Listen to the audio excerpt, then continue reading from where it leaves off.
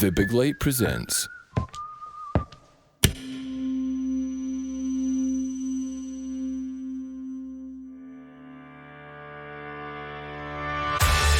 Welcome to the Self-Guided Travel Podcast, where we take you on some of the world's most spectacular self-guided hiking and biking vacations.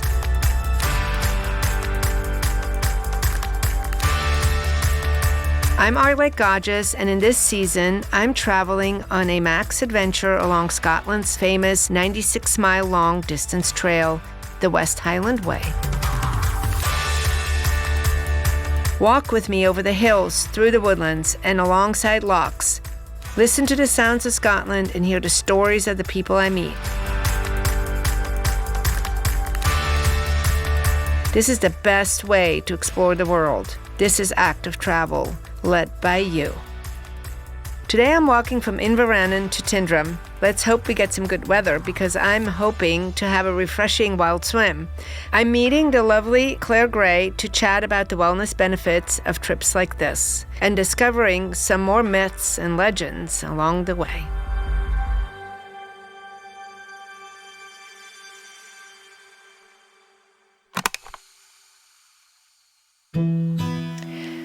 It's the start of another beautiful day. I just woke up and I've had this crazy, amazing room.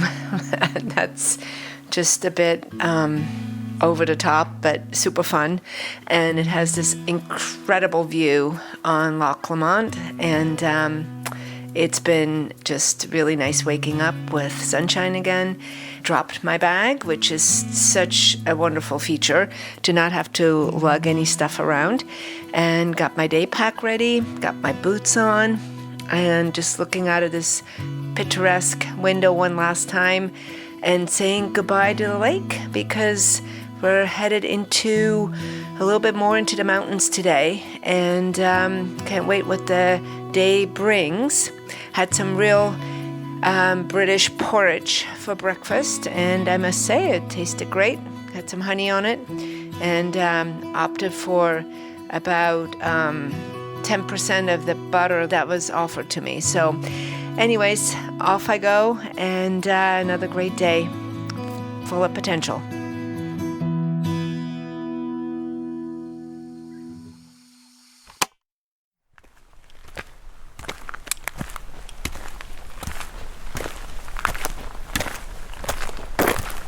So I'm on day 4, and I've been hiking along. I've been seeing the same people at breakfast and on the hike, and getting to know a few of them and why they're doing it. And there's people from all over the world, which is fascinating, of all ages and all kinds of configurations. It's moms and sons and dads and daughters and honeymoon couples and foursomes of just sharing a commonality of loving to hike, to people that are processing a loss or a grief, to people who have been wanting to do it forever and finally decided they should before they can't. So really a fascinating collection of humans enjoying nature and enjoying growth of whatever kind, and processing and learning more about themselves in a process of movement.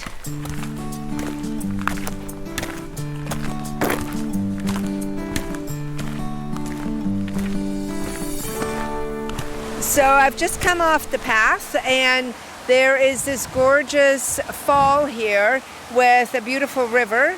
It's the Falls of Falloch. It's really quite spectacular. The water is really, really clear. You can see into the rocks, and I think I'm even spotting some fish. So this is really quite something. And I'm meeting up here with Claire Gray. She calls herself a wellness warrior and loves the outdoors, and is taking me here to do a dip in this wonderful, refreshing water.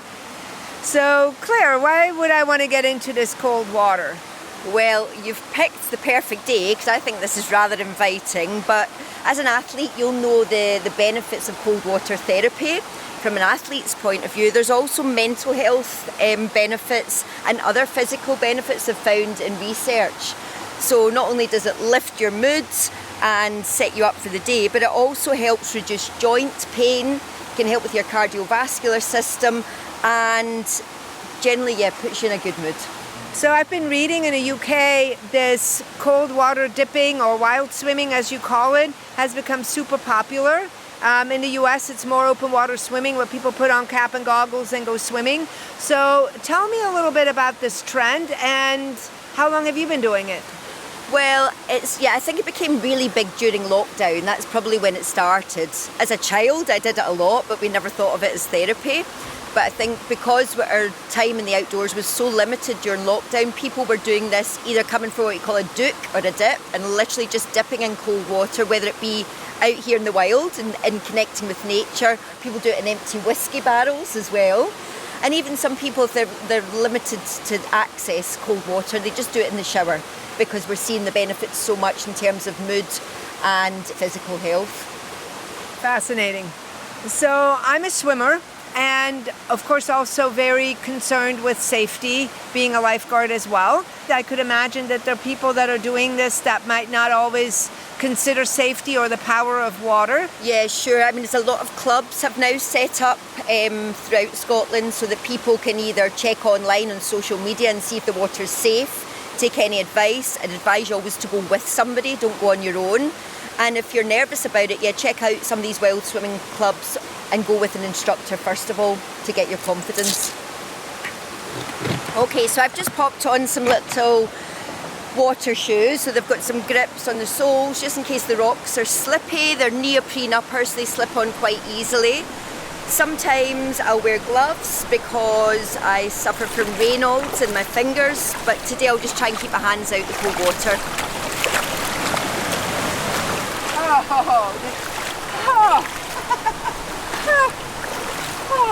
This is extremely refreshing. Refreshing, yeah. Now, one of the things... I just swam in Lake Tahoe in July. Okay, so what temperature would that be? So that was about 58 degrees Fahrenheit. It was cold, but this is colder? Really cold. So it's... this is quite numbing on the feet. So I don't know if you read the book Winter Swimming by Susanna Soberg. No, I have not. So I think you would love this book because it talks about how cold water therapy activates an organ called brown fat. Yes. Yeah, I do know about that. So you know about brown fat, and obviously that can help with weight loss. Yeah, it helps your metabolism because it's your body's internal thermometer. Right. And so it can help with weight loss, and it can also help to reverse lifestyle diseases like type 2 diabetes. Right. So there's so many different benefits. When I started doing this a few years ago, it was mostly for mental health benefits.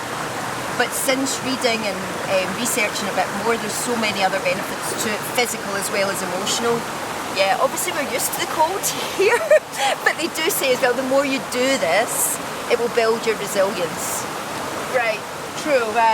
This is quite spectacularly cool. What would you say how cold this water is? This is weird because I'm not finding it that cold. I'm sitting quite comfortably in it, so it must be about maybe 10 degrees. I don't know. That was going to be my guess. Yeah, 10 I think degrees about Celsius, 10. Yeah, which is probably in the high 40s. But bear in mind that's almost tropical in Scotland. So, do you do this every day? No, I don't do it every day. I live in the city, so it's not always easy to get to a body of water. Okay. There's one place about 15 minutes away from where I live, so I can get the car and I can go there, and I maybe do that on weekends. But it's something I practice. I'll do cold water shower. I'll end my shower with cold water to refresh and stimulate myself. So, obviously we're sitting here in bright sunshine and it's absolutely glorious, although my butt and my feet are quite cold. How does this change as the seasons go on? And obviously this is not your typical Scotland weather. No, I mean, this is the most appealing day for me. You know, I think they do say it's obviously easier the warmer the outdoor temperature is. When we get towards winter time. Even if it's sunny, I still crave the water. It's when it's raining, that's probably when it's harder to win when it's raining, but the advantage of that is you don't mind getting wet because you're in the water anyway. One of the traditions a lot of people do here is New Year's Day. We'll go in the water and start the New Year as we mean to go on. That's cold. And you wear a wetsuit? Not a wetsuit, but I'll wear a thicker swimsuit. A thicker swimsuit is really going to do it, huh? So I quite like that feeling, the tingly feeling on your legs. And on your skin. I've got the tingling. I've got the neck tingling feeling in my legs going just fine. Well, thanks so much for chatting with us, Claire. It's really fun to be part of this little British Scotland wild swimming culture. I'm going to just get myself all the way in and then I'm going to get out and get warm. Okay, thank you, Arlette. I might stay in a little bit longer.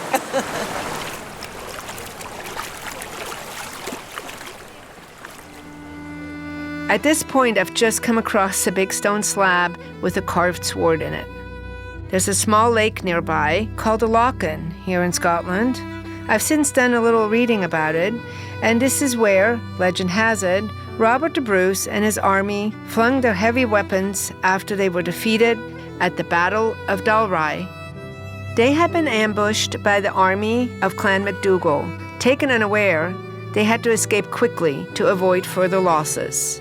And so, to aid their quick escape into the hills, they tossed their weapons, including Robert the Bruce's own heavy sword, into the bottom of the Lochan, where it's said to lie to this day, as legend has it. I think I'm going to stop at Tyndrum, and I want to stock up on a few practical things, so I'm making a beeline for the famous green Welly Stop. It's supposed to be the place that has everything a hiker could possibly need. Let's go see. So I just spotted my first Highland coo. They're absolutely gorgeous. They are like a fuzzy cow that looks more like a stuffed animal, and they're kind of a gingery color. They've got bangs and they've got cute little eyeballs, and they're just really adorable looking. They kind of remind me a little bit of a Clydesdale in the horse family. They're just kind of stout and just really adorable.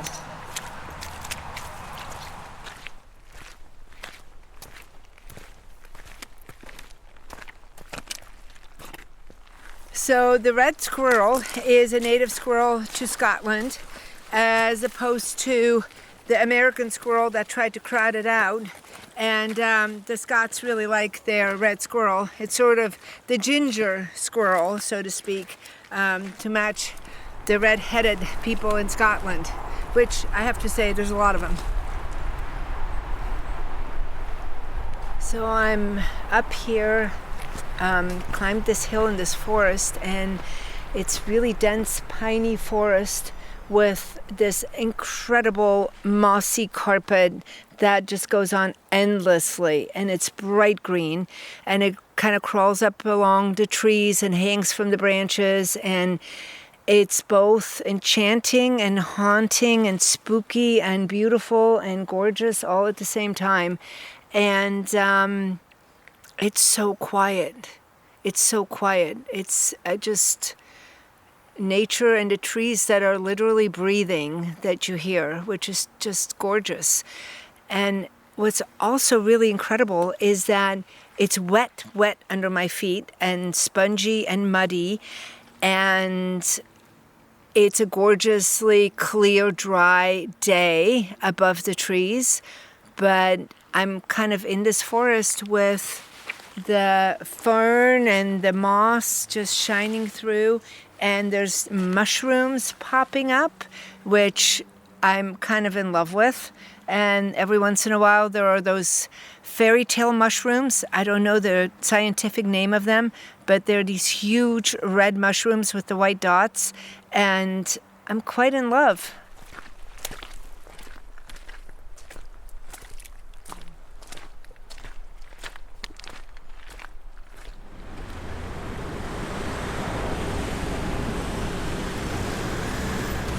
So I'm halfway through my journey on the West Highland Way, and I'm in Tyndrum, and I haven't seen a car in days. It's really quite weird to see so many motor coaches and cars and motorbikes, and there's people here for a day trip or for a weekend, and it's really quite busy, and it's happening. And it's happening at the Green Welly stop, which is a snack stop and a tchotchke place, and meet a little tiny grocery shop, meet, just souvenirs, meet little Las Vegas, actually. I think I need to get some tchotchkes here, so I need to get a sticker for my water bottle, and I need to get a magnet for my fridge. I think that would cover it, and it wouldn't take up a lot of space or a lot of weight. It's quite happening here. I have found some raspberries from Scotland, so I'll be taking those on my trip because people think that fruit is frozen here, so I'm very happy to be finding nice raspberries, and they're beautiful. And oh look, there's a little plush Highland coo. I saw one earlier today, and they are just the cutest things ever. But this one's quite biggish, and here's a little tiny one that can, at home, it's a little finger puppet thing. But it can sit on my computer at home and remind me of this awesome trip. So I think this little Highland coo is me.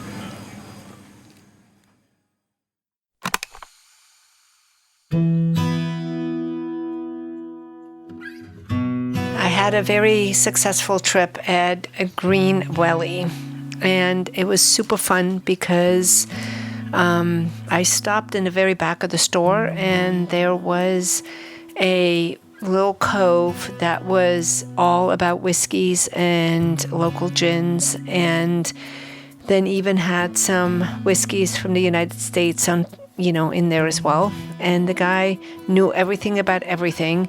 It was really quite fun because he knew all the stories about the different distilleries, even in the United States, and he was just a wealth of information. Just incredible storyteller and so much fun. So I spent about half an hour having a chat with him. I bought a little tiny ones to just give it a try and take it back home. But so much fun to just hear the stories and the passion of which this person has spent his life learning about all the different distilleries and the stories and the tastes and the nuances and everything. And it's like the science of Scotland is these spirits, and it's just a joy to listen to people be so enthused about it.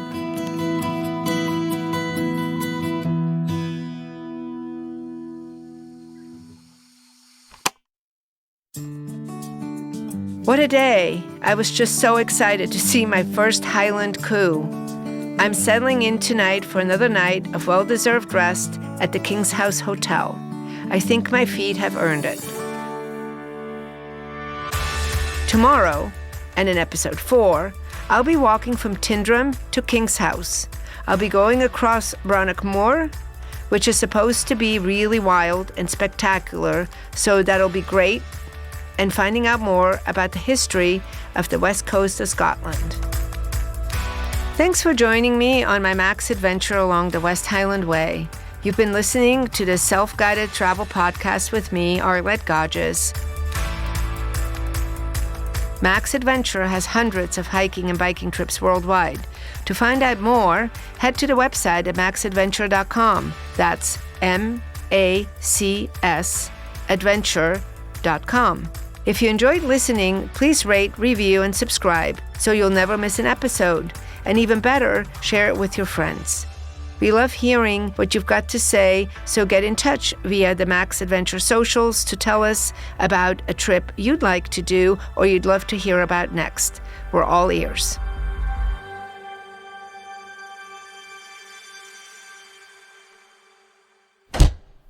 From the Big Light Studio.